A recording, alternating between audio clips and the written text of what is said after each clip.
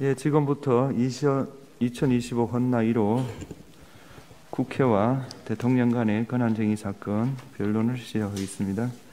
출석을 확인하겠습니다. 청구인 측에서 법무법인 20 양홍석 정재영 변호사님, 그다음 피청구인 측에서 이동욱 변호사님, 그다음 해광의 임성건, 임재훈, 김동민 변호사님, 정론의 최창호 변호사님 나오셨죠. 예, 당사자 표시 방식에 대해서 재판부의 의견을 말씀드리겠습니다. 심판 청구수에 피청구인을 대통령으로 대통령 권한대행 기재부 장관을 일종의 대표자에 준하여 기재하셨는데요. 우리의 결론은 피청구인의 표시 방식의 문제라고 판단했습니다. 따라서 재판부는 피청구인 대통령 권한대행 기획재정부 장관 이렇게 표시하겠습니다. 진행 순서는 서면 증거 제출을 확인하고 그 다음 제출된 서면을 진술하고 증거에 관한 의견을 듣는 절차를 진행하겠습니다. 청구인, 피청구인 순서대로 15분씩 변론의 요지를 진술하고 재판부에서 질문을 합니다. 마지막으로 각 10분씩 변론을 하겠습니다. 예, 제출 서면을 확인하겠습니다. 청구인 측은 1월 3일 권한쟁의 심판 청구서, 13일에 청구 취지 등 변경 신청서, 15, 16 변론 요지서, 20일 참고 자료 이렇게 제출하셨죠? 네, 맞습니다. 15, 16은 어떤 관계인가요?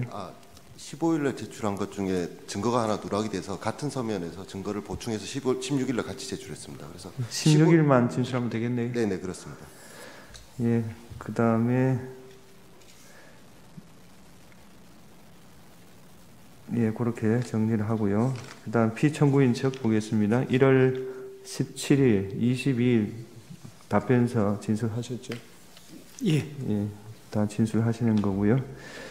처정에 대해서 보겠습니다. 청구인 측은 갑 1호점, 14호점, 16호점, 25점, 15호점, 19점 해가지고 19호점까지 제출하신 거죠? 네, 맞습니다. 그 다음 피청구인은 을 1부터 쭉 해가지고 을 20일까지 맞습니까? 을 20일까지 제출한 걸로 정리하겠습니다. 자, 청구인 증거에 대한 서정에 대한 피청구인의 인부는 어떻습니까? 이의 없습니다. 예. 성립입니다. 그 다음에 피청구인의 서정에 대한 청구인 의견은 어떻습니까? 예, 좀 동의하겠습니다. 예. 정보로 채택하고요. 정인 신청에 대해서 보겠습니다. 피청구인 측은 박찬대, 추경호, 권성동 의원을 정인으로 신청했고요. 재판부가 의논한 결과 정인 신문이 이루어진다 해도 제출된 서면과 증거 이상의 내용이 있을 것으로 보이지 않고 오늘 변론과 증거만으로 사실관계를 충분히 파악할 수 있다고 판단하여 정인 신청은 받아들이지 않겠습니다. 예, 청구인 측부터 변론하십시오.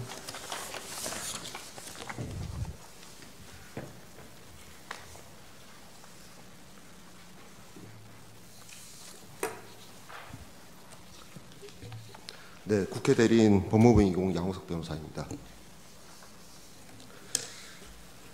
청구인 측 주장 요지와 관련해서 말씀을 드리겠습니다.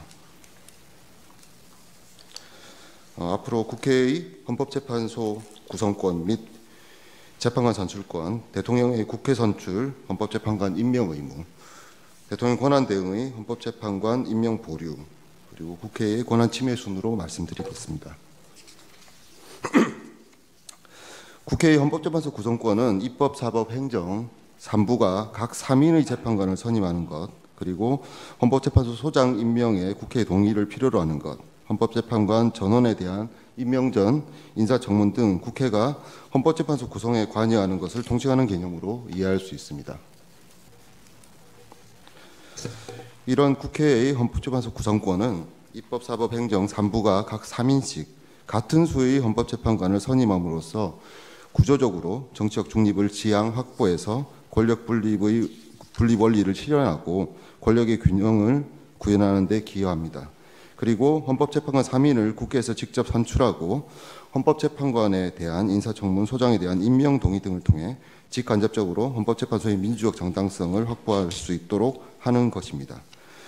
또 국회, 대통령, 대법원장이 각자의 관점과 입장에 따라 최적의 후보를 헌법재판관으로 선임함으로써 헌법재판소 구성에 있어서 다양성을 확보하는 기능을 하게 됩니다. 다음으로 국회의 헌법재판관 선출권에 대해 말씀드리겠습니다. 헌법상 국회가 직접 선출하는 헌법기관으로는 헌법재판관 3인, 중앙선관위 위원 3인이 있습니다. 헌법 규정에 따른 것이기 때문에 국회는 헌법상 이들 헌법기관의 선출권을 갖는다고 말할 수 있습니다. 그리고 국회 헌법재판소 재판관 선출과 관련해서는 헌법재판소가 헌법 111조 2항 및 제3항의 해석 등을 통해 국회가 공석인 후임자를 선출할 구체적 자기 의무가 있다고 결정하기도 했습니다. 이 결정을 통해서 헌법재판소는 국회의 헌법재판관 선출은 헌법상 국회의 권한인 동시에 의무임을 분명히 한 것입니다. 이와 같이 국회의 헌법재판소 구성이 갖는 헌법적 기능, 헌법 제111조 제3항의 문안과 그 취지를 종합하면은 국회의 헌법재판소 구성권 및 헌법재판관 선출권이 있다고 볼 수 있습니다. 다음으로 대통령의 국회 선출 헌법재판관 임명 의무에 관해 말씀드리겠습니다. 먼저 헌법 111조 제2항에서 대통령이 헌법재판관 9인 모두를 임명한다고 규정한 것과 3항에서 국회 선출 대법원장 지명 헌법재판관을 임명한다고 규정한 것은 동일한 용어를 사용하고 있지만 그 의미는 다르다고 생각합니다. 왜냐하면 3부가 동수를 선임한다는 원칙에 따라서 헌법재판소를 구성하도록 헌법이 규정한 취지상 대통령에게 우월적 권한을 인정해서는 안 되기 때문입니다. 또 대통령은 행정부의 수반으로서도 그리고 국가원수로서도 여러 공직자를 임면합니다. 그 중에서 국회가 선출하는 헌법재판관은 국회가 선출하고 대통령이 임명하는 유일한 헌법기관이라는 점에서 특별합니다. 그리고 이런 점은 국회의 헌법상 지위, 권력분립, 헌법기관 상호간의 존중과 배려 원칙상 이런 특별한 선임 방식을 취하는 헌법재판관 3인에 대해서는 그 임명의 의미를 달리 파악하는 것이 합당하다는 것이 저희 의견입니다. 아울러 헌법 제111조 제2항이 대통령이 헌법재판관 9인 모두를 임명하도록 정하고 있음에도 불구하고 제3항에서 국회 선출 대법원장 지명 헌법재판관을 임명한다고 규정하였으므로 헌법재판관 6인에 대해서는 국회나 대법원장의 의사가 실질적으로 반영될 수 있도록 해석하는 것이 타당하고 그렇지 않을 경우 헌법 제111조 3항의 의미는 반감될 수밖에 없습니다. 그래서 헌법 제111조 3항의 임명에 대통령의 재량이 없다고 해석하는 것이 타당하다고 생각합니다. 대통령에게는 국회 선출 헌법재판관의 공직수행 적합성이나 직무수행 적절성 등을 심사할 권한 자체가 없습니다. 그리고 제111조 3항의 문헌상 대통령에게 국회가 선출하거나 대법원장이 지명하는 헌법재판관에 대한 사후 동의권이나 임명 거부권을 부여한 것이 아님은 명백합니다. 그래서 사후 동의나 임명 거부가 가능하도록 해석하는 것은 헌법에 반하는 해석론이라고 생각합니다. 여기에 헌법상 3부가 합동해서 동수 선임을 한다는 헌법재판소 구성 방식까지 함께 고려하면은 헌법 제111조 3항에서 정한 대통령의 임명이라는 것은 요식적, 형식적 절차로 봐야 합니다.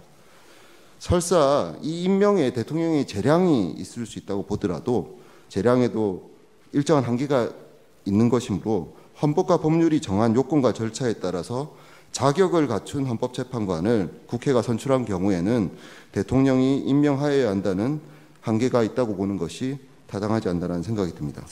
그런 점에서 재량으로 본다고 해도 결론에 있어서는 달라지지 않는다고 생각합니다.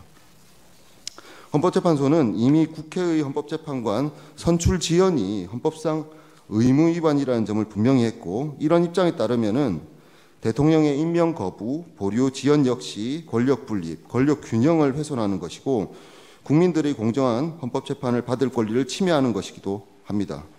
앞서 말씀드린 것과 같이 대통령이 임명하는 유일한 국회 선출 헌법기관이고 국회의 헌법상 지위까지 고려하면 일반적으로 대통령이 임명하는 공직자와 국회 선출 헌법재판관을 동일 평면에 놓고 비교할 수는 없습니다.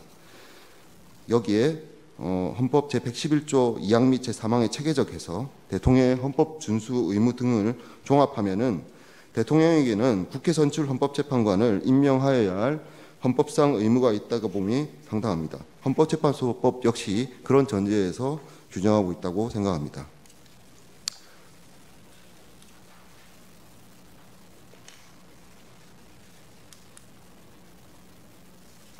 그런데 대통령 권한 대행인 최상목 부총리께서는 현재까지 40여 재판관에 대한 임명을 하지 않고 있습니다. 이와 관련해서 대통령 권한 대행이 헌법 제111조 3항의 임명 행위를 할 수 있는지에 대해서 마치 논란이 있는 것처럼 주장하고 있어 이 부분에 관해서 말씀드리겠습니다. 현행 헌법상 대통령 권한 대행 사유 순서는 정해져 있지만 그 권한 행사 범위에 관해서는 명문의 규정이 없습니다. 이와 관련해서 학계에서는 다양한 견해가 제시되고 있습니다만은 이 사건과 관련해서 보면은 결국에는 국회 선출 헌법재판관 임명이 현상 유지적 성격이냐 여부가 관건인 것으로 보입니다. 앞서 말씀드린 것과 같이 헌법 제111조 3항의 임명이 형식적, 요식적 행위로서 대통령에게 임명 여부나 임명 시기 등을 결정할 수 있는 적극적, 실질적 권한을 부여한 것은 아닙니다. 국회 선출 헌법재판관 임명은 대통령의 의무입니다. 그 의무 이행은 권한 대행도 당연히 해야 하는 것입니다. 이런 해석과 달리 권한 대행이라는 이유로 의무를 면하게 된다고 보면은 권한 대행에게 대통령보다 더 강력한 권한을 인정하게 되는 문제가 있습니다. 그리고 헌법재판관 공석 상황에서 재판관을 임명하지 않는 것은 헌법재판소 구성과 심판에 적극적으로 영향을 미치는 것이라고 생각합니다. 헌법재판관 전원으로 구성되는 헌법재판소 재판부 구성 방식의 특성상 공석이 심판에 직간접적으로 영향을 미칠 수밖에 없고 국회 선출 재판관만 공석인 상태를 유지하는 것은 헌법이 예정한 삼부 동수 선임 원칙에 반하는 것으로 권력 균형을 훼손하는 것이기도 합니다. 이런 점들을 종합하면은 대통령 권한 대행이 국회 선출 헌법재판관을 임명하는 것은 현상 유지적 성격으로 당연히 할 수 있고 해야 하는 것으로 보는 것이 상당하다고 생각합니다. 그동안 국회 선출 헌법재판관은 국회 선출 당일 또는 선출 다음 날에 임명이 되었고 늦어도 수일 내에 임명이 됐습니다. 대법원장 지명 헌법재판관 임명도 크게 다르지 않았습니다. 즉 국회 선출 헌법재판관에 대해서 그동안 대통령은 어떤 심사나 고려 없이 즉시 임명해 왔다라고 볼 수 있습니다. 2017년 황교안 권한대행도 대법원장 지명 헌법재판관을 임명한 예가 있기도 합니다. 그런데 24년 12월 31일 최상목 부총리께서는 여야 합의가 확인되는 대로 40여 재판관을 임명하겠다면서 그 임명을 보류했습니다. 헌정사상 전례가 없는 상황입니다. 우선 최상목 부총리가 언급한 여야 합의나 그 합의를 확인한다는 것은 법적 개념이 아니라 정치 언어로서 본질적으로 상황에 대한 정치적 평가입니다. 여야 합의는 대체 어떤 경우에 인정이 되는 것인지 그걸 확인한다는 것은 또 어떤 의미인지 그 판단 주체는 누구인지 모호합니다. 그래서 이런 이유로 헌법에 따른 절차를 중단시킬 권한이 대통령에게도 없는데 권한 대행이 이런 행위를 했다는 것은 초헌법적이고 초현실적입니다. 한편 현재의 정치 상황상 극도의 대립구도가 형성되어 있다는 점은 재판관님들께서도 잘 아시리라 생각합니다. 대통령 탄핵을 둘러싸고 여야가 대립 중인데 여야 합의를 요구하는 것은 무기한 임명을 보류하겠다는 의사를 밝힌 것과 다름없습니다. 현재까지 이를 철회하고 있지 않는 이상 헌법재판관 임명을 하지 않는 부작위 상황은 명백해 보입니다. 피청구인이 주장하는 여야 합의 관행과 관련해서 조금 더 말씀을 드리겠습니다. 여야 합의 관행을 내세우면서 이 사건 임명 부작위가 정당하다는 주장을 하고 계신 것으로 보입니다. 그런데 이것은 정당하다고 볼 수 없습니다. 그 이유는 첫째, 국회 헌법재판관 선출과 관련해서 여야 합의라는 관행 자체가 존재하지 않고 설사 결과적으로 여야 합의라는 상황으로 평가할 수 있다고 하더라도 그것이 확립됐다고 볼 수는 없습니다. 1988년부터 현재까지 헌법재판관 임명례를 보면은 여야 의석수의 차이나 교섭단체의 수, 규모, 그리고 영향력의 차이, 그리고 그 당시의 정치 상황에 따라서 다양한 형태의 의사결정이 있었습니다.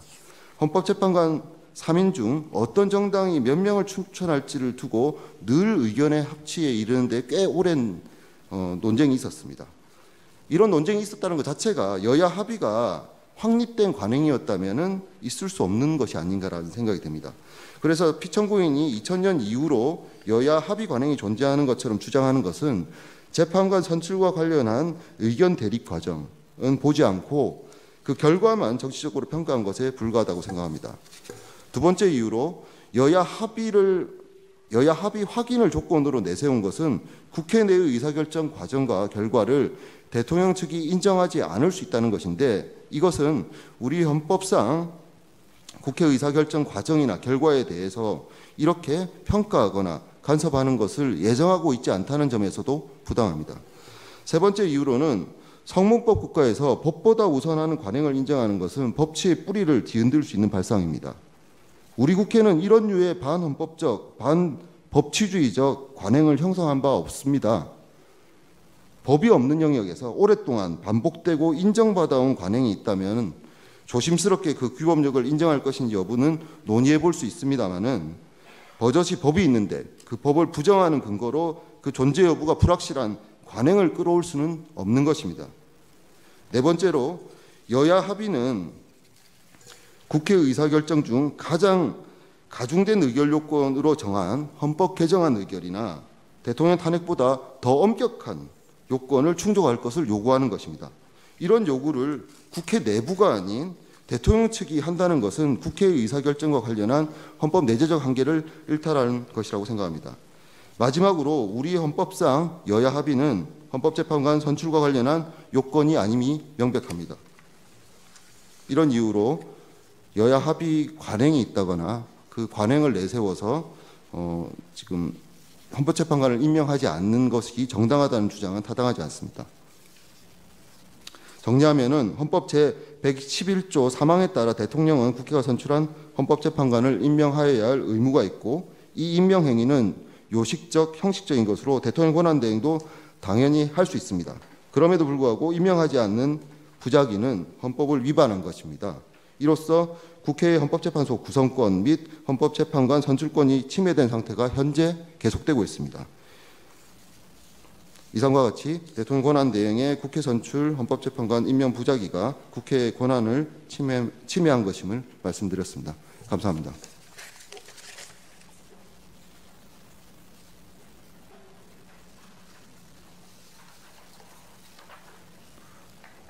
네, 피청구인 대리인 변론해 주십시오.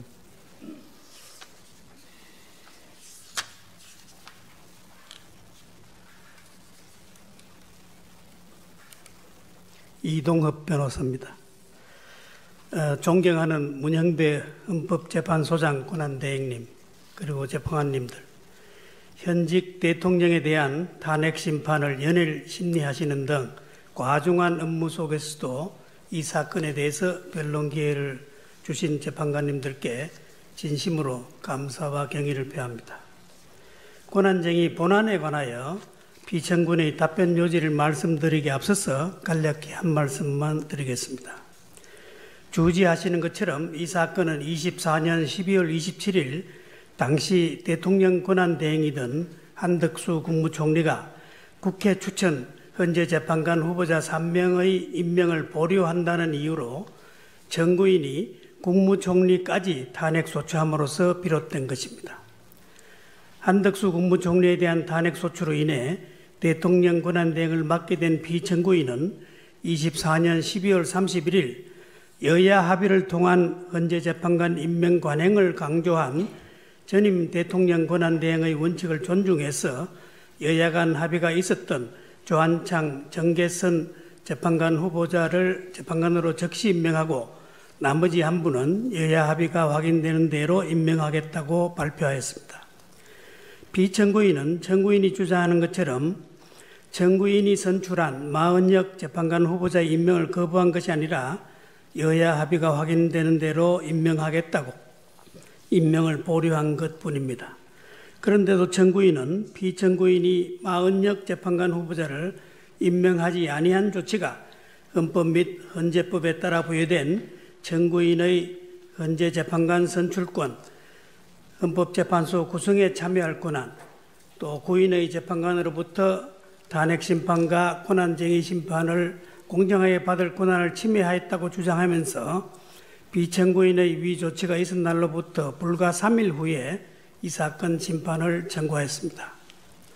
그런데 재판관님들께서 주지하시다시피 청구인은 지난 24년 10월 17일 이종석 헌법재판소장님과 이영진, 김기영 재판관님이 퇴임할 때까지 헌법 111조 3항에 따른 헌재 재판관 후보자를 선출하지 않는 등 오랜 기간 동안 헌법에 규정된 청구인의 권한이자 의무를 방기하였습니다.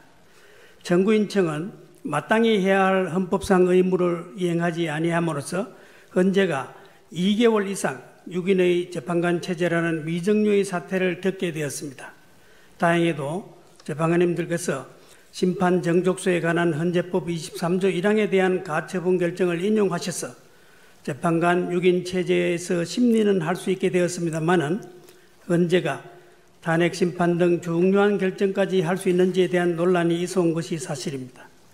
그렇기에 헌재 소장을 비롯한 재판관 3분의 퇴임 전에 헌법 111조 3항에 따른 헌법상의 권한이자 의무를 방기한 것은 바로 청구인 본인입니다. 이러한 청구인이 비청구인의 이 사건 마은혁 재판관 후보자 임명 보류 조치를 들어 청구인의 권한이 침해되었다고 주장할 수 있는지 스스로 뒤돌아보아야 할 것입니다. 이와 같이 헌법상의 업무를 방기하던 청구인은 24년 12월 14일 대통령에 대한 탄핵소추가 가결되자 서둘러 재판관 후보자 3분을 선출하였습니다. 그 3분의 재판관 후보자들에 대한 대통령 권한 대행이던 한덕수 국무총리가 12월 26일 임명을 보류하자 곧바로 당일 국무총리에 대한 탄핵소추를 발의하여 그 다음날 여당 의원들이 불참한 가운데 재석 야당 의원 192명 만장일치로 한덕수 국무총리에 대한 탄핵소추가 가결되었습니다. 그 시점부터 대통령 권한 대행이 된 피청구인은 국회가 선출한 3인의 재판관을 임명하지 않으면 또다시 탄핵소추하겠다는 야당의 강한 압박 속에서 정부와 여당 각계의 의견을 들은 다음 여야 간의 합의가 있었다고 인정되던 여당 추천 1인 조한창 재판관, 야당 추천 1인 정계선 재판관을 헌재 재판관으로 즉시 임명하고 나머지 한 분은 여야 합의가 확인되는 대로 임명하겠다고 밝힌 것인 뿐이고 청구인은 주장하는 것처럼 피청구인이 국회가 선출한 마은혁 재판관의 임명을 거부한 것이 결코 아닙니다.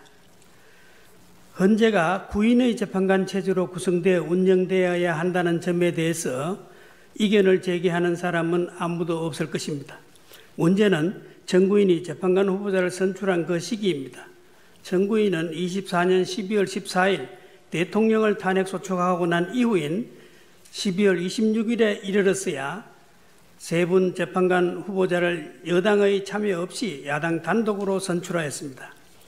그러나 이 사건은 외견상으로는 청구인인 국회가 자신의 권한이 침해당했음을 이유로 청구인의 권한 유무 및 범위에 관하여 헌재에 확인을 구하고 있지만 그 실질은 국회가 선출한 마은혁 재판관 후보자를 헌재 재판관으로 임명하여 충원하고자 함입니다. 그런데 누구도 자기 사건에서 재판관이 될 수 없다는 법원은 본래 절차적 측면에서 재판관에 대한 재척 기피 등과 관련해서 논의된 비성문 규범의 하나입니다. 이러한 여러 법리들과 판례 등을 종합해 보면 헌재 재판관 임명 여부에 관한 판단 자체를 헌법 해석에 관한 최종적인 권한을 지니고 있는 헌법재판소가 판단하는 것은 헌법재판소의 자기완결적 행위에 해당되고 이는 절차적 정의 원칙상 문제가 있으므로 이해관계에 있는 기관으로서 이에 대한 판단 및 권한 행사를 가급적 자제할 필요가 있다는 견해도 있음을 존경하는 재판관님들께서 유념해 주시기 바랍니다. 본안에 관한 상세한 답변은 공동소송대리인대에서 설명드리겠습니다만은 요점만 간단히 말씀드리겠습니다. 첫째, 청구인의 청구 취지 1항은 피청구인의 부작위로 청구인의 헌법상 재판관 선출권 또 헌재 구성권이 침해한 것이라고 주장하고 있습니다. 그러나 피청구인에게 헌법상 법률상 자기 의무가 인정되지 않은 이상 피청구인의 부작위에 의한 권한 침해를 다투는 권한쟁의 심판은 허용되지 않는다고 하는 것이 헌재의 확립된 판례입니다. 그런데 헌법 111조 2항 3항의 규정에 의해서 대통령에게 헌재 재판관 전원을 임명할 권한이 존재한 이상 청구인 주장과 같이 국회의 재판관 선출권을 종국적이고 장설적 형성적 인사권이라고 할 수 없으므로 국회가 선출한 재판관 후보자를 헌재 재판관으로 임명해야 할 헌법상 법률상 자기 의무가 있다고 볼 수는 없습니다. 따라서 피청구인의 부작위에 의한 권한 침해를 다투는 권한쟁의 심판은 허용되지 않는다고 하겠습니다.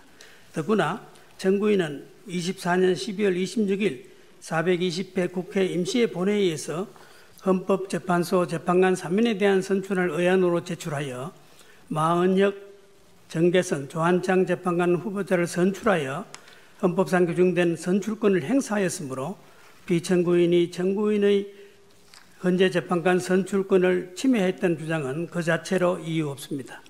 둘째로 우리 헌법은 114조에서 중앙선거관리위원회의 경우 국회와 대법원장 못 1위는 대통령의 별도 임명행위 없이 선출과 지명으로 구성한다고 규정하고 있은 반해서 헌법 111조는 구인의 재판관 전원에 대해서 대통령이 임명권을 보유하고 있음을 분명하게 규정하고 있으므로 비록 청구인이 헌재 재판관으로 마은혁을 선출하였다고 하더라도 대통령이 임명하지 않는 이상 헌재 재판관 지위를 취득할 수 없음이 분명합니다.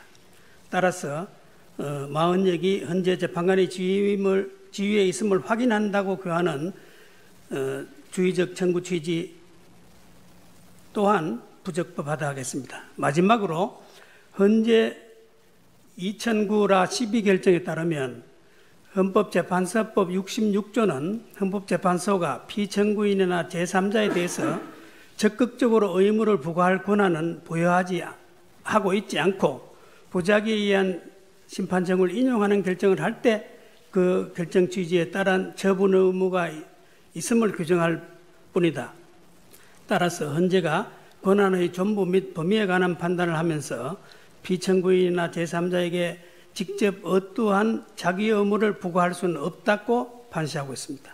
따라서 피청구인은 청구인이 재판관으로 선출한 마은혁을 즉시 임명하여야 한다는 예비적 청구는 권한쟁의 심판의 확인적 성격을 넘어 적극적인 자기 의무의 이행을 구하는 것이므로 부적법하다고 하겠습니다. 이어서 청구인의 청구 이유에 대한 구체적 답변을 공동소송 대리인께서 변론하시겠습니다.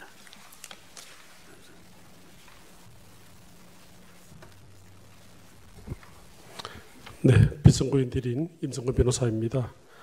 먼저 변론기를 주신 문영배 헌법재판소 소장님, 권한대행님과 재판관님들께 깊이 감사드립니다. 답변 제출했기 때문에 간략히 요즘만 말씀드리겠습니다.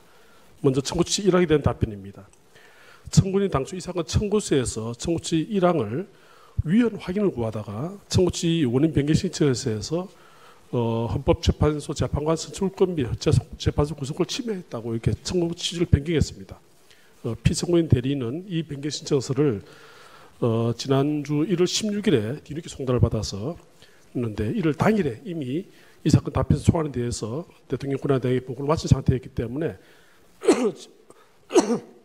지난 1월 17일 제출한 답변서에는 변경 전 청구치에 대한 답변이 기재되어 있음을 재판관님께 널리 양해해 주시고 지금 이 변론으로서 변경된 청구치 1항에 대한 답변으로 가름하고자 합니다. 우선 청구인 주장과는 달리 피청구인은 청구인의 헌법재판소 재판관 선출권 및 헌법재판소 구성권 침해한 바가 없기 때문에 변경된 청구치 1항은 이유 없이 개각되어야 될 것입니다. 답변서 구민위에서 상세히 설명드린 바와 같이 헌법재판소 출범 이후에 3인의 재판관 중 통상 1인은 여당 추천, 1인은 야당 추천, 1인은 여야 합의하에 추천되어 온 것은 분명한 관행입니다. 이는 2000년 이후 3기 헌법재판소 구성부터 이어져온 국회의 오랜 정치적 관행입니다. 네. 네. 그런데 22대 국회에서 원내 1당인 더불어민주당이 2사람, 또 국민의힘이 한 사람을 추천했다 주장을 했고, 반면에 국민의힘은 종전관례처럼 여당이 1인, 야당이 1인, 여야 합의 1인으로 하얀다 줄다리를 하다가 헌법재판소장은 적어도 여당 또는 대통령이 추천하는 전현직 헌법재판관 중에서 임명하되 국회 다수 의석을 점하고 있는 더불어민주당 측에서 여당 또는 대통령이 추천한 사람을 동의한 것에 대한 논의를 하다가 합의는 이르지 못했다고 합니다. 이후에 2024년 12월 12일 새로이 선출된 국민의힘 권순동 원내대표와 더불어민주당 박진대 원내대표가 헌법재판소 재판관 후보자 선출과 헌법재판소장에 대한 논의를 하였는데, 더불어민주당 박진대 원내대표가 추경호 전 국민의힘 원내대표의 이러한 논의 내용을 부인하면서 헌법재판소장에 대한 논의를 하지 않고 일방적으로 헌법재판관 후보자 선출만을 고집했다고 합니다. 이런 이유로 2024년 12월 12일 이후에 국민의힘 의원들은 의원총회에서 재판관 후보자들의 인사청문회에 불참하기도 했고 본회의 표결에도 불참했습니다. 따라서 본 사안에 대해서 여야 간 합의가 있다는 청구인의 청구 유효수의 주장은 사실과 달라 타당하지 않습니다. 다음으로 청구인이 주권하는 침해되었거나 침해될 현장 위험이 있다고 볼 수가 없습니다. 청구인은 2024년 12월 26일 제420회 국회 임시회 본회의에서 헌법재판소 재판관 3인을 선출해서 헌법상 규정된 선출권을 행사했습니다. 피청구인은 그 선출권 행사가 여야 간 합의를 통해 적절하게 이루어진 것인지 알 수 없다는 이유로 마흔여 재판관 후보자 임명을 보류했을 뿐이기 때문에 이러한 피청구인의 조치가 국회가 가지는 선출권 행사를 불가능하게 하거나 방해함으로써 그 권한을 침해했거나 침해할 현저한 위험이 가능성이 있다고 볼 수 없습니다. 따라서 이 부분 청구치 1항은 이유가 없으므로 기각되어야 될 것입니다. 다음으로 청구치 2항에 대한 답변입니다. 98 헌나 3결정 등 헌법재판소 판례에 따른다면 피청구인의 부작위로 인하여 청구인의 권한이 침해되었다는 권한쟁의 심판이 허용되기 위해서는 피청구인의 헌법상 또는 법률상 자기 의무가 있음에도 피청구인이 그러한 의무를 다하지 않은 경우여야 합니다. 그런데 이 사건은 앞서 말씀드린 것과 같이 지금 피청구인 입장으로서는 임명을 한 분을 보류한 것일 뿐이지 결코 헌법재판관을 임명하지 않겠다고 거부한 것이 아닙니다. 여야 합의가 확인되는 대로 임명하겠다고 분명한 발표를 하셨습니다. 더구나 헌법 111조 1항 2항 3항은 헌법재판소 재판관 구인은 오로지 대통령만 임명할 때 분명 밝혀있기 때문에 헌법재판소 재판관은 대통령이 임명하여야 비로소 헌법기관으로서 그 역할과 책임을 수행할 수 있기 뿐입니다. 그래서 그 자체로 국회가 선출한 3인이 바로 헌법재판소 재판관으로서 지휘를 지도할 수 없기 때문에 이런 청구인 주장, 주의적 청구 취지의 주장은 그 자체로 부적부하거나 이유가 없습니다. 헌법 111조에 따르면 구인 헌법재판소 재판관 중 3인은 국회 선출하고 대법원장이 3인은 지명하게 되어 있습니다만은 이들 어차피 구인의 재판관 전원에 대해서 대통령이 임명권을 보유하고 있기 때문에 단순히 국회에서 다수결 의석에 따라서 재판관 선출했다고 해서 바로 지휘를 지도할 수가 없고 대통령 임명행위 있어야 비로소 재판관 지휘를 지도한다는 점을 다시 한번 말씀드립니다. 그렇기 때문에 피청구인이 국회가 공식이 된 재판관 후임자를 선출할 자를 임명함에 있어서 준수해야 될 기간에 대해서는 헌법에도 아무리 규정이 없습니다. 다만 헌법재판소법 6조 3만 4항에서 피청구인의 후임 재판관 임명 시한에 관해서 재판관 임기가 만료되거나 정년에 도래한 경우에는 임기 만료일부터 정년 도래일까지, 임기 중 재판관이 결연된 경우에는 결연된 날로부터 30일 이내에 후임 재판관 임명한다는 규정할 뿐입니다. 그런데 헌법재판소는 이 규정들을 훈시 기준으로 보고 있기 때문에 청구인이 주장한 바와 같이 헌법재판소 재판관을 즉시 임명해야 한다는 구체적인 자기 의무가 덜출될 수 없습니다. 지금 청구인이 헌법재판소 2014년 4월 24일자 2012 헌마 2위 결정을 인용하고 있습니다만 이는 국회가 선출해야 임명된 재판관 중 공식이 발생한 경우에 국회가 구체적 자기 의무를 부담한다는 것이지 국회가 선출한 재판관을 대통령이 임명해야 될 구체적인 자기 의무를 부담한다고 판단한 것이 아닙니다. 따라서 이 부분은 이유 없이 기각되어야 될 것입니다. 마지막으로 청구치 2의 나항에서 피청구인은 청구인이 2024년 10월 26일 헌법재판소 재판관을 선출한 마흔역을 즉시 임명해야 한다는 결정을 구하고 있습니다. 그러나 조금 전에 공동소신들에게 설명드린 2009 헌라 12 판례에서 파시한 바와 같이 헌법재판소의 권한 정의에 대한 결정은 피청구인의 권한 인지 유무와 그 범위에 관해 내리는 결정으로 기본적으로 확인 결정의 성격을 가지기 때문에 적극적인 이행명을 할 수 없다고 봐야 됩니다. 이와 같은 이유로 이 부분 권한쟁의 심판 청구는 각하도록 기각되어야 될 것입니다. 경청해 주셔서 감사합니다.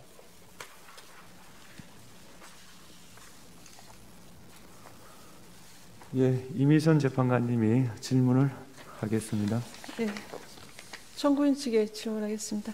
그 청구 취지 이항과 관련해서 이 청구 취지 이항을 지금 별도의 청구로 주문해서 판단받기를 원하는 입장입니까?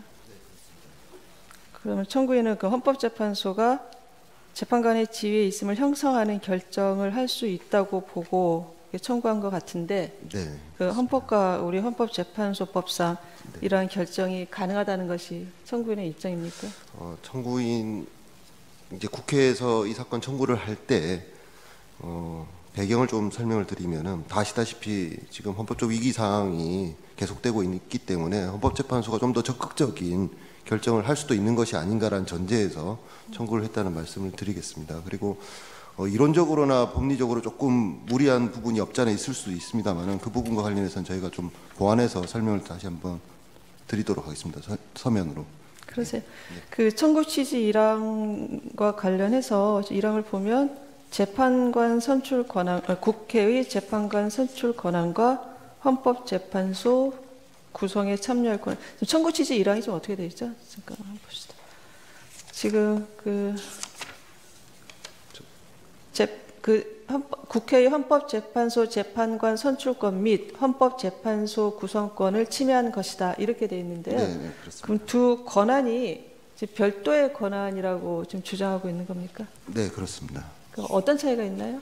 큰 틀에서 보면은 재판소 구성권의 하나로서 재판관 선출권이 있다라고 볼 수도 있습니다만은 네. 재판관 선출권은 어쨌든 헌법상 111조 3항에 근거한 것으로서 이것이 실질적으로 기능하기 위해서는 대통령의 임명이 의무로 해석되어야 되고 형식적 요시적 행위로서 반드시 이루어져야 된다는 측면에서 그것이 이루어지지 않으면은 선출권도 의미가 없게 된다라는 저희는 주장을 하고 있습니다. 그래서 선출권도 침해된 것이고 큰 틀에서 보면은 선출권을 포함한 헌법재판소 구성권이 침해된 것이다라는 주장을 함께 하고 있습니다. 헌법재판소 구성 권한이 좀 더 큰 네, 그렇습니다. 영역이죠? 예, 알겠습니다. 그러면은 청구인 입장은 그 대통령은 국회가 선출한 사람이 헌법과 헌법재판소법에서 정한 재판관 자격 요건, 그 법정 자격 요건입니다. 네. 자격 요건을 갖추었는지, 국회의 선출 절차에 법적 하자가 없는지와 같은 형식적 심사 없이 무조건 임명해야 한다는 입장입니까? 그 부분 관련해서는 저희가 조금 피청구인께서도 주장을 하셔서 저희가 서면으로 자세히 말씀드리겠습니다만은 일단은 그런 예가 사실은 그동안 없었기 때문에 굉장히 가정적인 말씀을 드릴 수밖에 없는데, 일단은 법적 자격이 없는 분을 만약에 국회가 선출한다면은 그 부분에 대해서 대통령이 임명 전에 형식적 심사를 할 수도 있다라고 생각합니다. 다만 국회 의결 과정과 관련해서 어떤 하자나 흠을 찾아서 임명을 보류하는 것은 국회 의사결정에 대한 존중 차원에서 조금 문제가 있는 경우도 있을 수 있지 않나라는 생각을 하고 있습니다. 알겠습니다. 그 언론 보도에 따르면 2024년 11월 18일 국회의장 중재로 더불어민주당과 국민의힘 각 대표 의원이 만나서 11월 22일까지 재판관을 추천하기로 합의를 했는데, 이때 양당이 몇 명씩 추천할 것인지에 대해서는 더 논의하기로 돼 있습니다. 이게 맞습니까?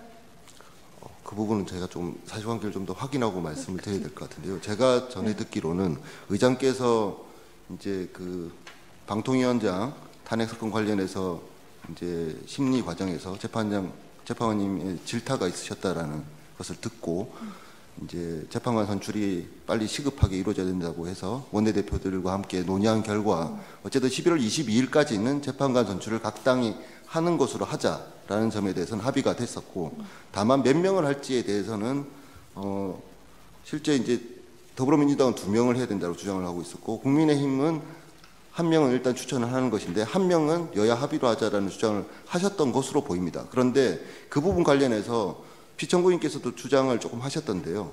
헌법재판소장 임명과 관련해서 국민의힘이나 아니면 대통령 측의 의견을 받아줄 경우에는 2명 1명씩 나눠서 추천하는 것에 대해서 이런 합의가 이루어진 것으로 의장께서는 판단을 하고 계셨고, 그래서 합의가 이루어졌다라고 보도가 된 것으로 알고 있습니다. 그래서 결론적으로 말씀드리면은 민주당이 2명 추천, 국민의힘이 1명 추천하는 것으로 합의가 됐다라고 의장께서는 받아들인 것으로 제가 전해 들었습니다. 네, 알겠습니다. 그 피청구인 측에 질문하겠습니다. 그 피청구인은 국회가 재판관으로 선출한 사람이라도 헌법이나 헌법재판소법에서 정한 자격 요건을 갖추었는지, 선출 절차에 하자가 없는지를 심사할 수 있다고 이렇게 주장하고 있습니다. 만약 이러한 심사 결과 자격 요건과 선출 절차에 문제가 없다면 대통령은 선출된 사람을 재판관으로 임명하여야 한다고 보는 입장입니까? 아니면 이와 별도로 대통령이 선출된 사람의 전문성이나 도덕성, 그 자질을 심사해서 임명하지 않을 수도 있다고 보는 입장입니까? 전자입니까? 후자입니까? 자질이 없으면 할 수 있다고 생각하지 않습니다. 여기서 말하는 자질은 법정 자격 요건이 아니라 그 일반적인 그 뭐 전문성이라든가 그런 뭐 도덕성 이런 그 내용적인 겁니다. 그 대통령이 그 국회가 재판관으로 선출한 사람에 대해서도 이러한 내용적 심사를 할 수 있다고 보는 입장입니까? 그렇지 않습니다. 그렇지 않습니까? 예. 그러면은 그 헌법이나 헌법재판소법에 정한 자격 요건을 갖추고 선출 절차에 하자가 없다면 바로 임명해야 된다고 보는 입장이십니까? 네, 뭐 그 점에 대해서는 네. 뭐 저희도 뭐 특별한 이견이 없습니다. 네, 예, 알겠습니다. 네. 예. 그럼 그 피청구인은 여야 합의의 부재를 이유로 국회에서 선출된 40여개에 대한 임명을 지금 보류하고 있다고 주장을 하고 있습니다. 여야 합의가 재판관 선출의 절차적 요건에 해당한다고 보는 입장입니까? 말씀하시겠습니다.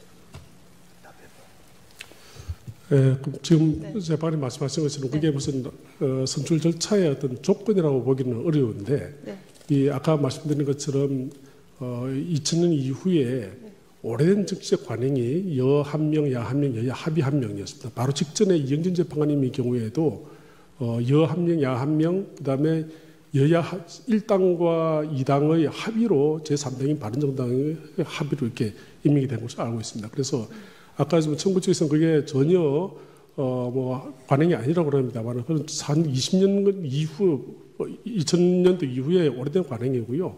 그 다음에 지금 저희가 지금 특히 피청구 측에서 이야기하는 건 뭐냐면, 이게 지금 이제 구인 재판관님이 이렇게 구성되는 데서 이견이 없습니다. 누구도 이견이 없는데, 헌법재판소장이 그러면 어느 분을 해야 될 것이냐, 당연히 국회에서 논의를 해야 되는 상황이었고, 그 과정에서 여야 원내대표 사이에 논의하는 과정에서 정리가 잘 안 됐다고 합니다. 그런데 그 사이에 지금 야당 측에서 일방적으로 지금 두 번에 대해서 이렇게 추천을 해가지고 여당의 어떤 참여 없이 야당 일방적인 어떤 그 만장일치에 의한 선출이 된 상황이기 때문에, 이게 과연 이 두 분에 대한 합의가 제대로 있는지 여부를 이 대통령 권한대행께서는 확인할 수 없기 때문에 그 부분을 확인하고 확인된 대로 바로 임명을 하시겠다는 입장입니다.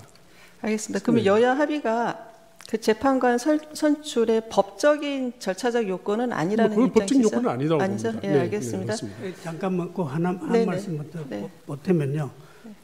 여야 합의가 있었느냐가 또 쟁점 중에 하나지만은 근본적으로는 이 부작위에 의해서 권한이 침해됐다고 권한쟁의 심판을 청구하려면은 그 헌법상 법률상 피청구인한테 자기 의무가 있어야 되는데, 이 우리 헌법 규정 해석상 자기 의무가 있다고 해석하는 것은 좀 어렵다. 그렇기 때문에 권한쟁의 심판 청구가 인용되어서는 안 된다, 이런 주장을 하고 있습니다. 그럼 다시 질문 드리겠습니다. 아까 앞서 질문 드린 건데, 국회에서 선출한 그 재판관 후보자가 법정 자격 요건을 모두 충족을 하고 있고요. 그다음에 그 선출 절차에 하자가 없다면 대통령은 임명을 해야 됩니까? 아니면 임명 안 할 수도 있습니까?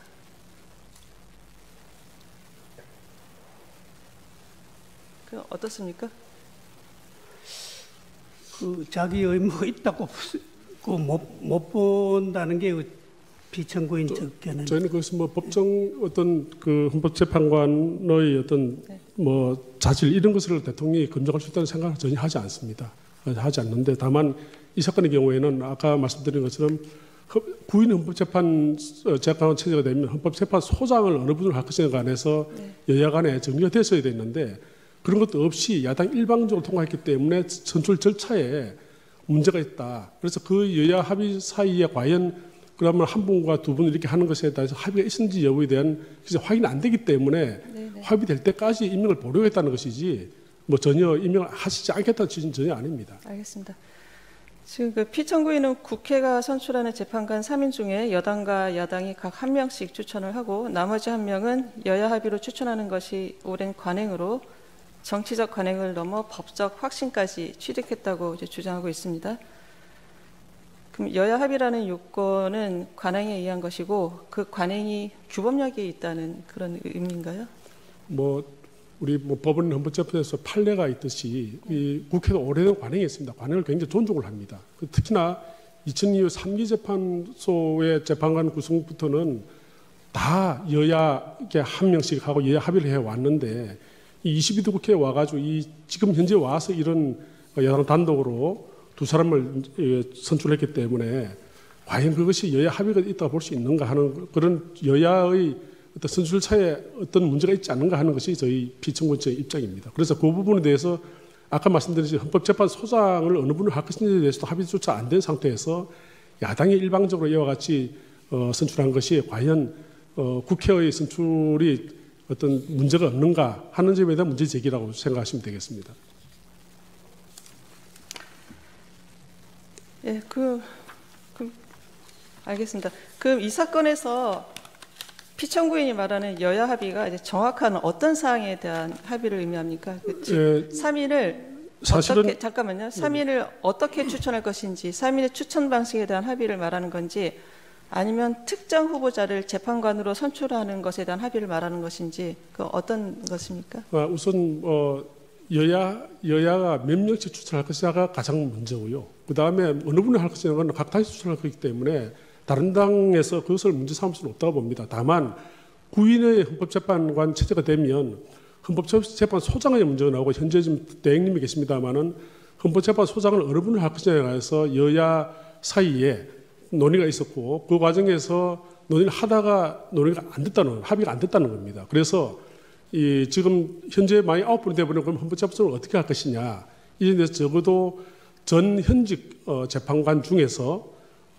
적어도 여당과 또는 대통령이 추천하는 분을 지금 국회에 다수 의석을 점령하고 있는 더불어민주당 측에서 통과하는 것을 어느 정도 논의를 한 중에 지금 이렇게 헌법재판 문제는 전혀 논의가 되지 않은 채로 지금 야당이 일방적으로 지금 헌법재판관 후보자만 이렇게 선출된 것으로 이렇게 알고 있습니다. 그렇기 때문에 저희들은 피선거제가 그 점을 지금 문제로 해서 과연 여인, 야인 이렇게 추천이 여야가 합의가 되어가지고 선출된 것이냐. 그래서 그 중에 두 분은 된 것 같은데 여 한 분, 야 한 분 정도 이렇게 두 분은 분명히 된 것 같은데 나머지 한 분에 대해서는 정말로 여야 합의에 의해 가지고 이런 선출됐느냐, 된지 여부를 확인하고 확인된다면 즉시 임명하겠다 이런 취지입니다. 그 여야 합의 부재라는 게 지금 피청구인이 주장하는 여야 합의 부재라는 게 그 마은혁 후보자라는 특정인에 대한 여야 합의가 없었다 이건 아닌 거죠? 특정인데 그건 아닙니다. 아니고 그렇습니다. 인원수 헌법재판소장 문제입니다.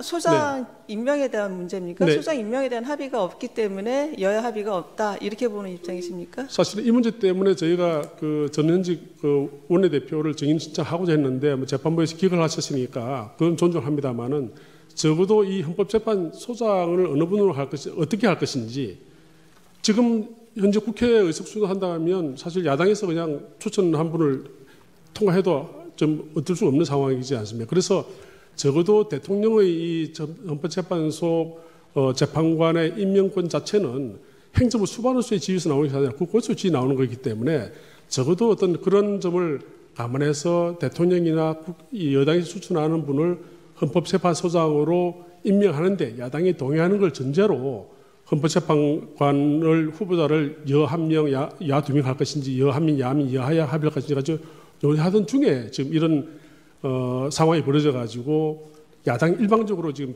선출이 돼버렸기 때문에 그래서 그런 상황을 보고 피청구인께서는 우선 여 한 분, 야 한 분은 여야 간의 합의가 종전 관리도로가 돼 있었던 상황이기 때문에 먼저 임명을 즉시 임명하신 것이고 나머지 한 분은 여야 합의가 과연 헌법재판소에 이런 문제가 합의가 됐는지 여부를 확인한 다음에 하시겠다는 그런 취지입니다.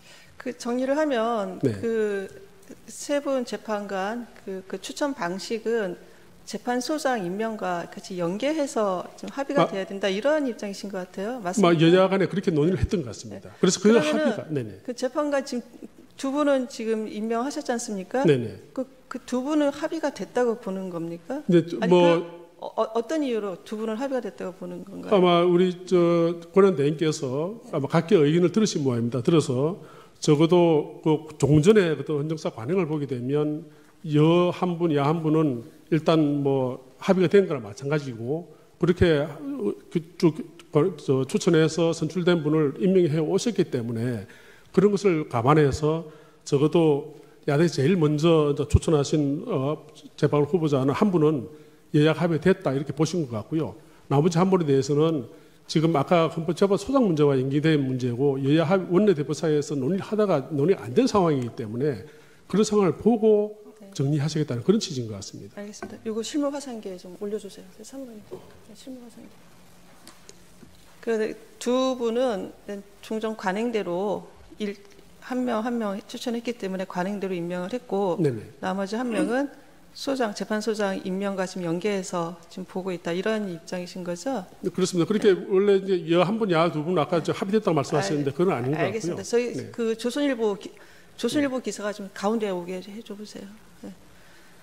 지금 그 조선일보 2024년 11월 28일자 기사입니다. 여기 네. 보면 여야가 공석인 국회 모 재판관 3명을 국민의힘이 1명, 더불어민주당이 2명 추천하기로 합의하고 조만간 선출 절차를 밟을 것으로 27일 알려졌다. 이게 기사가 나와 있는데요. 이것도 아까 말씀하신 것처럼 재판소장 임명과 연계해서 이렇게 합의가 됐다는 건가요? 제가 듣기로는 이제 제가 이제 전직 그 국민의힘 원내대표랑 현 국민의힘 원내대표랑 좀 이런 부분에 대해서 논의를 해봤는데 사정을 들어봤습니다. 들어보니까 그 헌법재판소장 문제와 함께 이렇게 논의를 한 것 같습니다. 그런데 지금 적어도 지금 이렇게 보도된 것처럼 두 분의 헌법재판관 후보자의 경우에는 아마 유력하게 먼저 이렇게 여야 합의가 한 분씩은 무조건 되는 걸로 되어 있으니까 그래서 저 두 분을 먼저 임명을 하신 것 같고 나머지 한 분은 지금 아직까지 그 헌법재판 소장 문제나 이런 문제 때문에 여야 합의가 완전히 된 것으로 지금 보기가 어려운 상황이어서 그 확인되면 바로 임명하시겠다는 그런 취지입니다. 알겠습니다. 네. 잠깐 이거 질문해요. 그 피청구인은 그 마은혁 후보자에 관해서도 여야 합의가 확인되는 대로 임명하겠다고 했는데 피청구인이 생각하는 확인 방법은 무엇입니까? 그래서 그거는 제가 다시 한번 서면으로 다시 말씀을 드릴 기회가 있을지는 모르겠는데요. 적어도 지금 여야 사이에 원내대표 사이에 적어도 헌법재판 소장의 문제와 그 다음에 이 만약 헌법재판관 후보자를 야당이 한 분으로 하는 것에 대한 정리가 됐는지 여부를 좀 여야 원내대표에서 좀 어떤 합의가 나오면 좋겠습니다. 그런데 지금 여야 원내대표가 전혀 그 부분에 대해서 말씀을 안 하고 계시고 특히 헌법재판 소장을 어느 분을 할 것에 대해서 논의를 안 하고 계시기 때문에 지금 피청군 입장으로서는 지금 확인할 길이 없는 것인데 그 점은 국회에서 좀 지금 빨리 논의를 해가지고 정리하셨으면 좋겠습니다. 어차피 구인의 헌법재판소 이 체제가 유지된다는 것에 대해서는 누구도 이견이 없습니다. 그러나 구인의 헌법재판관이 되시면 어느 분이 헌법재판소장을 할 것에 대해서는 여야 간에 좀 합의가 되어서 왜냐하면 국회의 동의를 얻어서 대통령이 임명해야 되기 때문에 그렇습니다. 그래서 그 여야 간에 합의가 없으면 국회 동의 절차를 받을 수 없기 때문에 그 점에 대한 여야의 지금 원내대표 여야의 합의가 지금 필요하다는 입장입니다. 네, 알겠습니다. 그 헌법재판소법 66조 2항에 따르면 헌법재판소가 부작위에 대한 심판 청구를 인용하는 결정을 한 때에는 피청구인은 결정 취지에 따른 처분을 하도록 되어 있습니다. 피청구인 측은 이 조항의 내용을 알고 계시죠? 네. 네, 알겠습니다. 예, 이상 신문을 마치겠습니다. 김영도 재판관님 질문하십시오. 질문 화상기에 이거 좀 올려놔 주세요.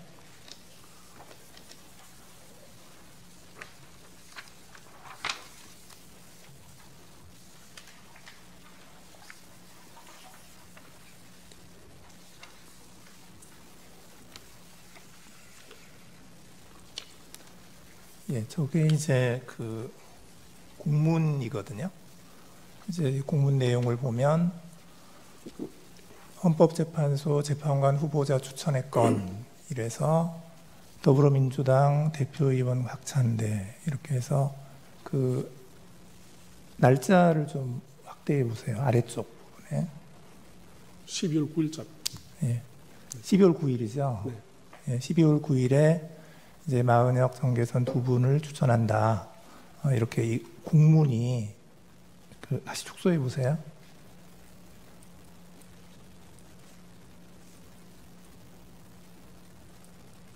이렇게 해서 정식 공문으로 그 국회의장에게 제출이 됐잖아요. 이게 12월 9일입니다. 그 다음 거. 이건 이제 국민의힘 건데 맨 위에 보면 대외 공문이라고 되어 있죠.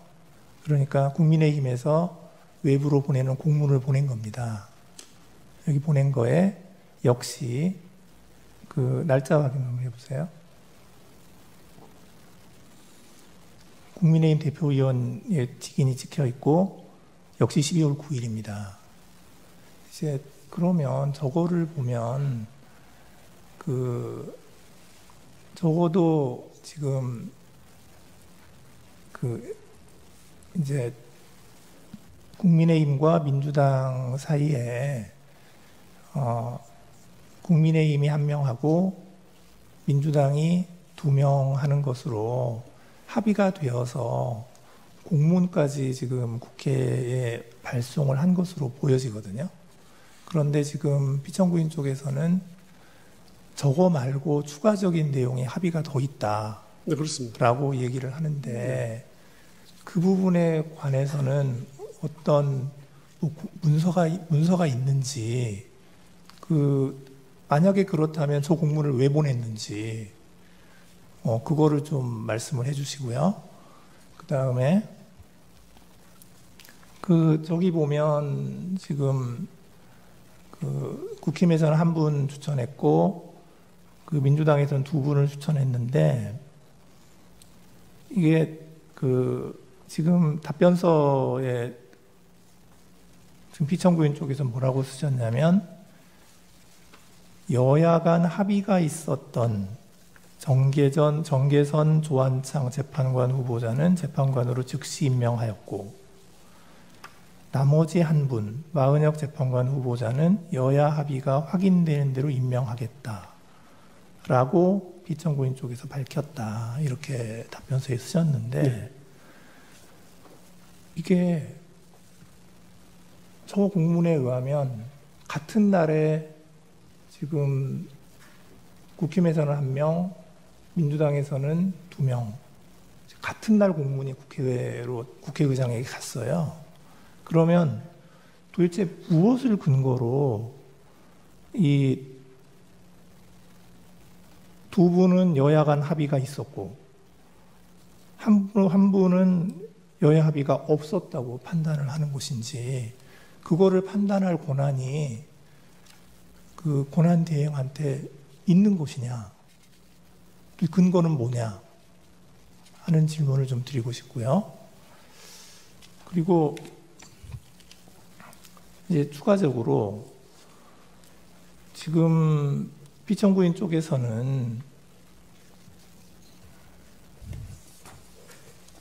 이제 대통령의 이제 재판관 임명권에 관해서 이게 무조건 형식적인 것은 아니다라고 하면서 답변서에서 이런 얘기를 했어요. 국회에서 헌법 111조 2항 헌법재판소법 5조에서 규정한 헌법재판소 재판관의 자격을 갖추지 못한 사람을 헌법재판소 재판관으로 선출한 경우 이때는 임명하지 않을 수 있다라고 하셨고, 두 번째로 국회법에 의한 인사청문회 절차를 거치지 않거나 소위 날치기 등 본회의 표결 절차 자체가 부적법하게 이루어지는 등 재판관 선출 절차 자체에 심각한 하자가 있는 경우에도 이때도 그 대통령에게는 재판관 임명을 하지 않을 수가 있다. 그 범위 내에서 재량이 있다라고 하는 것인데, 이렇게 해서 두 가지 예를 드시면서 여야 간에 합의가 없는 경우는 예로 안 드셨어요. 그러니까 지금 한 분을 지금 권한대행께서 임명하지 않고 있는데, 그 한 분이 지금 그 임명권자인 대통령, 이 경우에는 이제 지금 권한대행이죠. 권한대행께서 임명을 하지 않을 그 범위에 지금 포함이 되는 것이냐. 그러니까 지금 답변서에서 주장하시고 있는 이 사유에 지금 그러니까 뭐 재판관 자격이 없는 사람이거나 아니면 국회에서 인사청문회를 안 했거나 또는 날치기를 했거나 이거에 해당된다고 보는 것인지. 근데 해당되지 않는다고 하면은 그 부분에 관해서는 권한대행께 재량권이 없는 거 아니냐 하는 생각이 들거든요. 한번 피청구인 쪽에서 이 부분에 관한 의견을 말씀해 주시면 감사하겠습니다.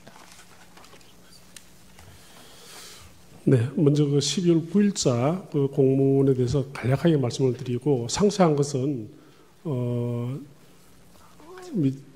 이 당의 입장을 좀 확인해가지고 다시 말씀드립니다. 그래서 저희 사실은 이 여야 원내대표를 정인으로 신문해서 그 부분을 또 분명하게 밝히고자 했습니다만은 좀 매우 아쉽게 생각합니다. 제가 알고 있는 범위 내에서 말씀드리겠습니다. 아니, 잠깐만요. 네. 그 부분에 관해서 제가 확인하고 싶은 건 뭐냐면, 네.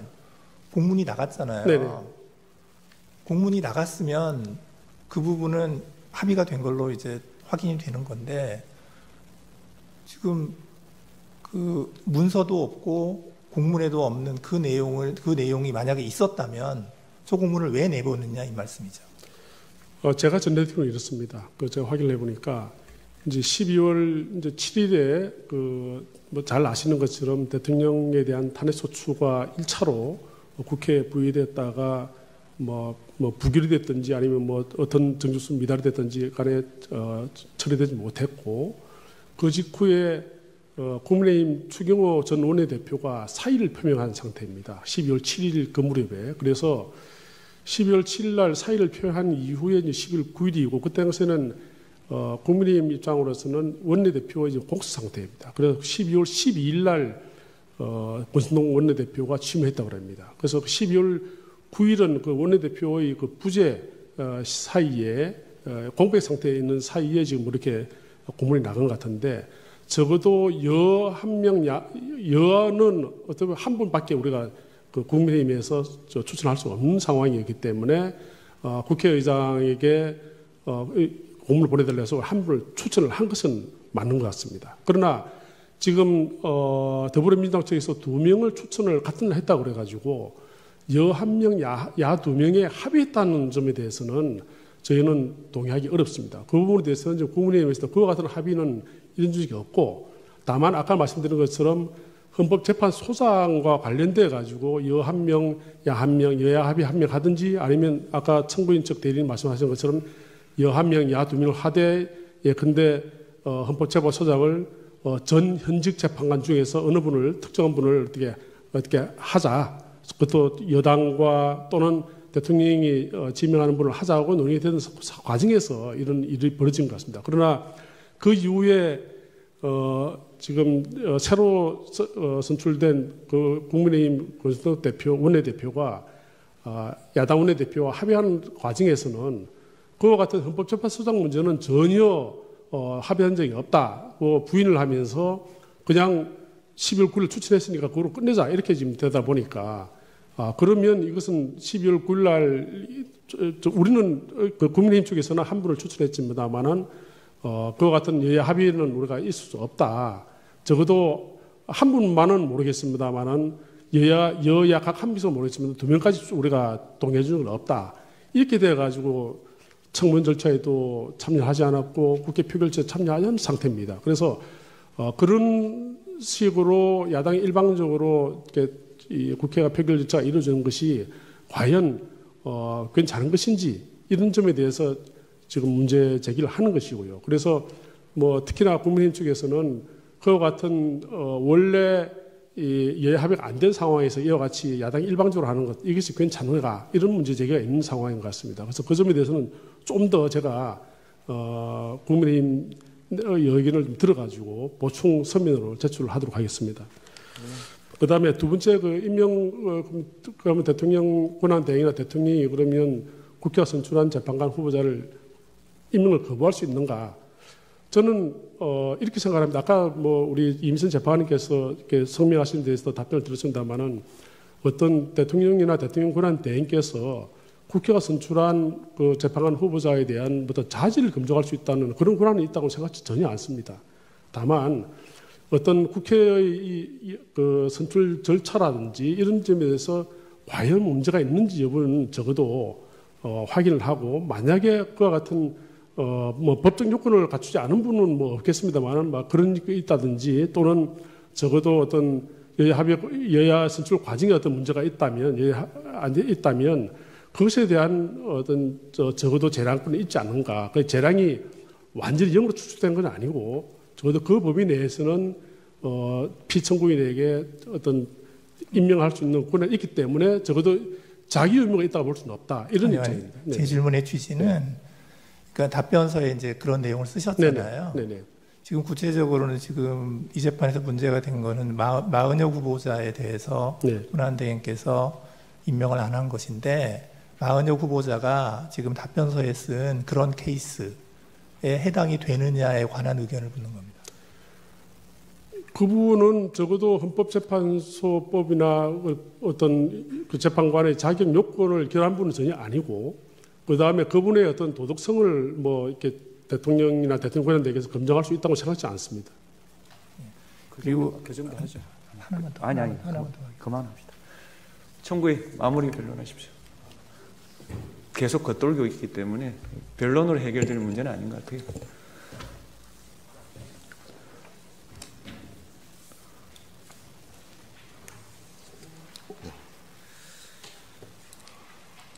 마무리 말씀드리도록 하겠습니다. 되도록이면 짧게 해주시죠. 네. 이 사건 청구와 관련해서 중대한 헌법상 비상상황, 헌법의 복원력, 국회 권한침해, 그다음에 재판과 지휘하기 필요성 순서로 말씀드리겠습니다. 우리 헌정사에서 전례를 찾기 어려운 헌법 파괴 시도가 있었고, 어떤 면에서는 현재도 그 시도가 진행 중이라고 볼 수 있다고 생각합니다.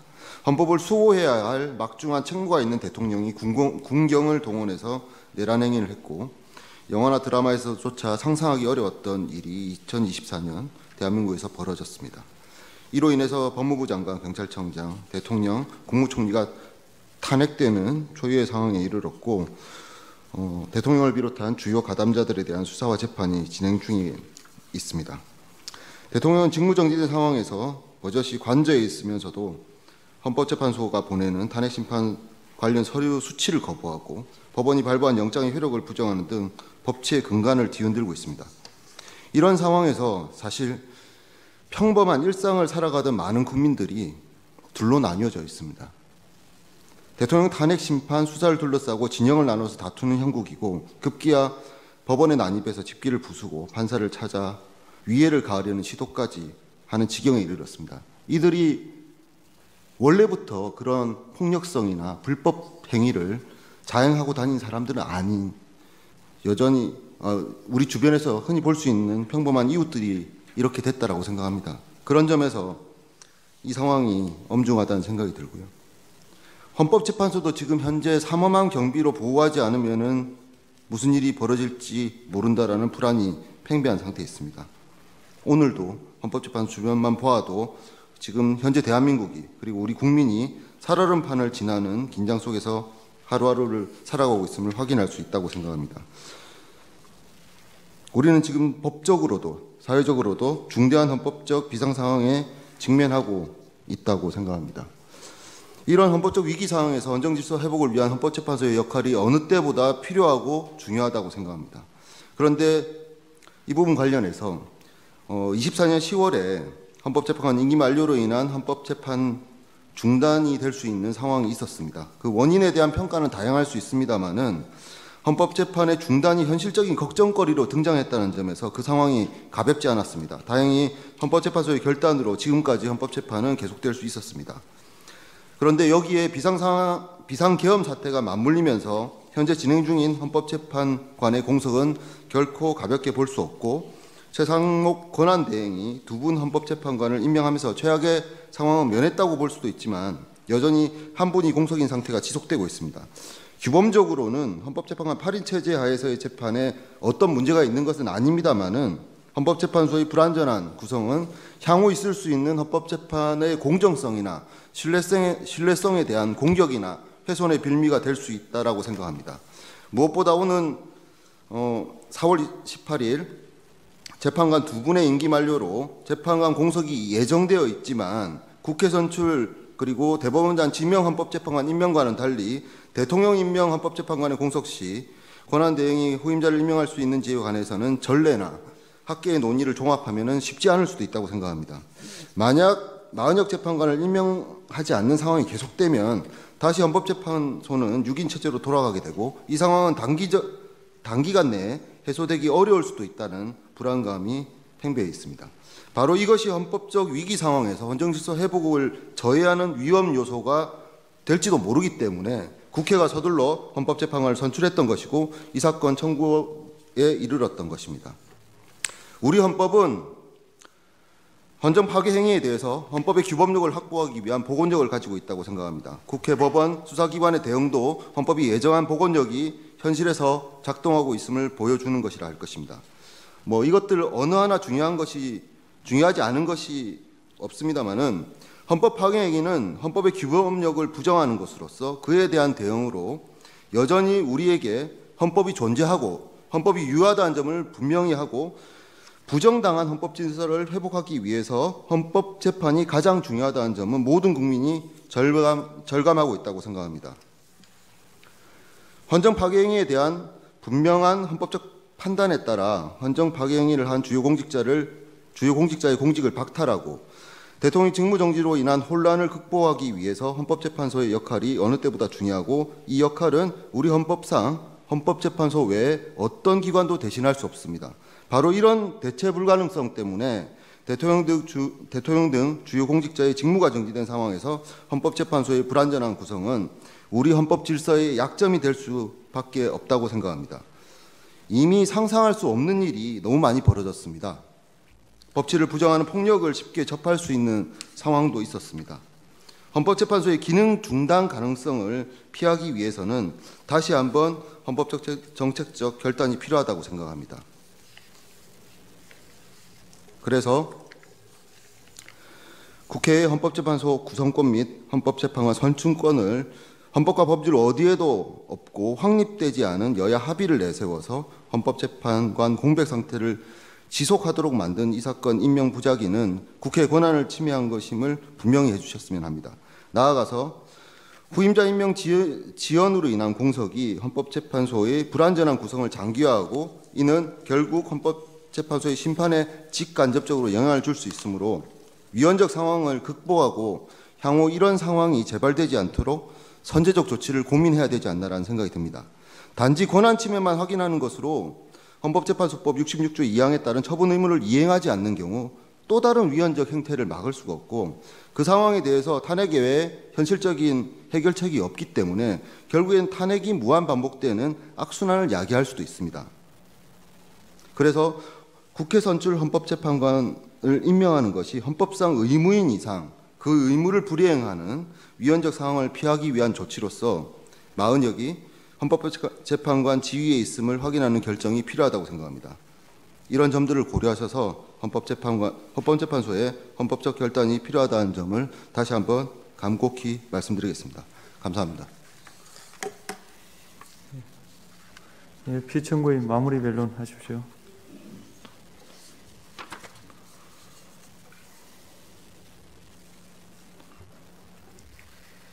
지금 대한민국은 내후 외환에 휩싸여 있습니다. 24년 12월 3일 대통령의 비상계엄 조치 이후 같은 달 14일에 대통령 탄핵소추가 국회에서 가결되어 국무총리가 대통령 권한대행이 되었습니다. 그런데 청구인은 같은 달 27일 대통령 권한대행인 국무총리가 청구인이 선출한 헌재 재판관 임명을 보류한다는 이유로 국무총리에 대한 탄핵소추마저 가결함으로써 그 이후 부총리 겸 기재부 장관인 피청구인이 대통령 권한대행으로서 1인 2역 3역의 과중한 임무를 수행하면서 우리나라 행정부를 이끌고 있습니다. 이와 같이 지난해 12월 3일의 대통령 비상계엄 조치로 인하여 대통령뿐만 아니라 그 이후 심지어 대통령 권한대행이던 한덕수 국무총리까지 탄핵소추되어 직무가 정지되는 바람에 헌정질서의 위기가 초래되었고, 이로 인해 대한민국의 외교적, 국제적 위상뿐 아니라 환율이 급등하고 심지어 외국 신용평가기관들은 대한민국의 국가신용 등급의 하락을 경고까지 하는 위기 상황에 이르렀습니다.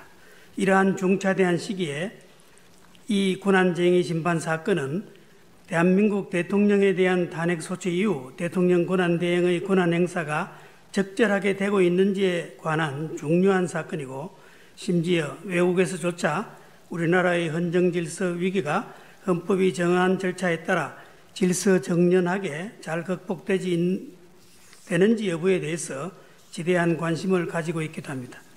이와 같이 이 사건 권한쟁의 심판의 결론은 대단히 중요하고, 그 결과 여하에 따라 또 다른 정치적 논란, 이로 인한 사회경제적 혼란과 비용을 얼마나 더 치러야 할지 참으로 걱정이 아닐 수 없습니다.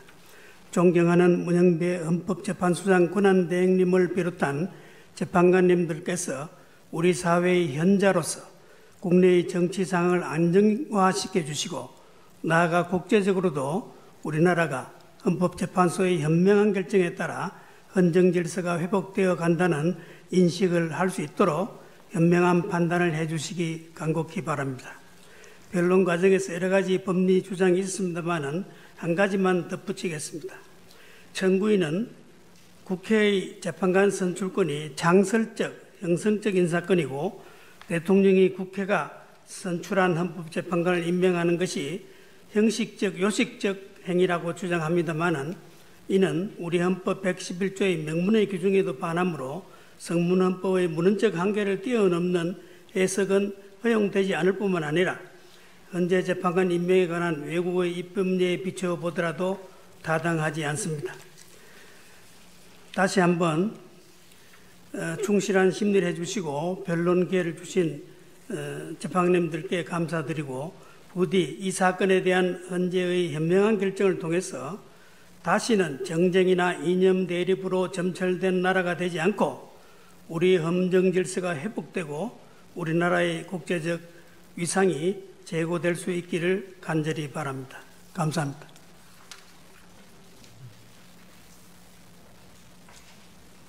임 변호사님 뭐 변론하실 건 없으신가요? 네, 없습니다. 그러면 변론을 종결하고요. 선고는 기일을 따로 지정하여 통지해 드리도록 하겠습니다. 이상입니다.